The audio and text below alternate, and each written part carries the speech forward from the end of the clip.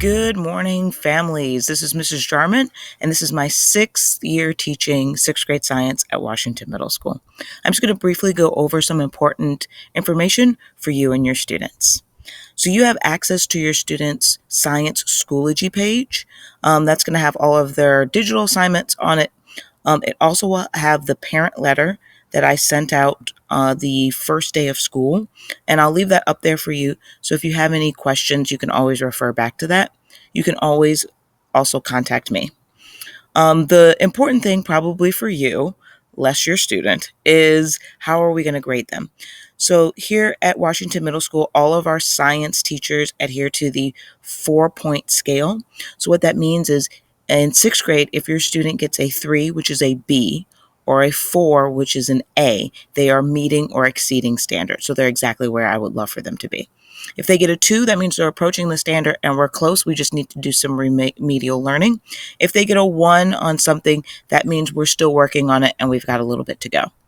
Now, your child's grades are 100% based on performance tasks, which are tests or quizzes. I will put other effort things into the grade book, like notebook checks and things like that, just so that you and I have a good idea of how they're progressing before they get to the tests. That'll help us identify if they do need any reteaching before they take the test. Now, your student is allowed to retake the test as many times as they want. So if they get a 2 on the test the first time they take it, they can absolutely retake it. I will assign some additional work. We'll probably meet one-on-one with the student just to make sure that they have it. They get all their questions answered. Maybe it was a studying issue and we can come up with some new strategies, and then they can retake it. They can retake it as many times as they need to meet standard. So a lot of our students in 6th grade science are extremely successful just based off of hard work. And I've emphasized that with your students, but it's always nice to hear it from multiple sources, as you know. The only other thing that I encourage for parents is Schoology is a great resource for seeing what we're doing digitally in class. So for example, the second week of school, we did a landforms tour, and you can pull that up and see how your child did. And you can even ask them about it if they're not telling you a ton about what we're doing in science, which is typical.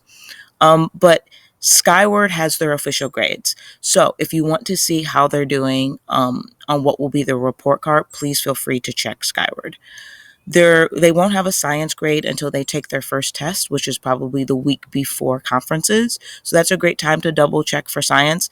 But I know some families like to check weekly, and I highly encourage you to do that as well. Other than that, that's a quick and easy review of how I grade in 6th grade science and what you can look forward to in 7th and 8th grade science as far as grading. If you have any specific questions about what we're doing or how your child is doing, please feel free to email me.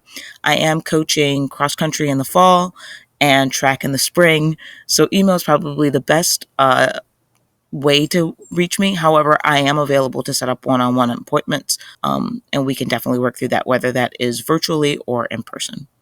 If you ever have any questions, please let me know.